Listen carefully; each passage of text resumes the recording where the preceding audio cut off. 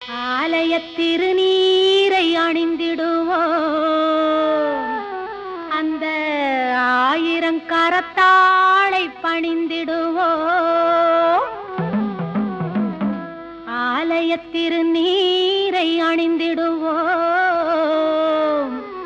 அந்த ஆயிரங்கரத்தாளை பணிந்திடுவோம்.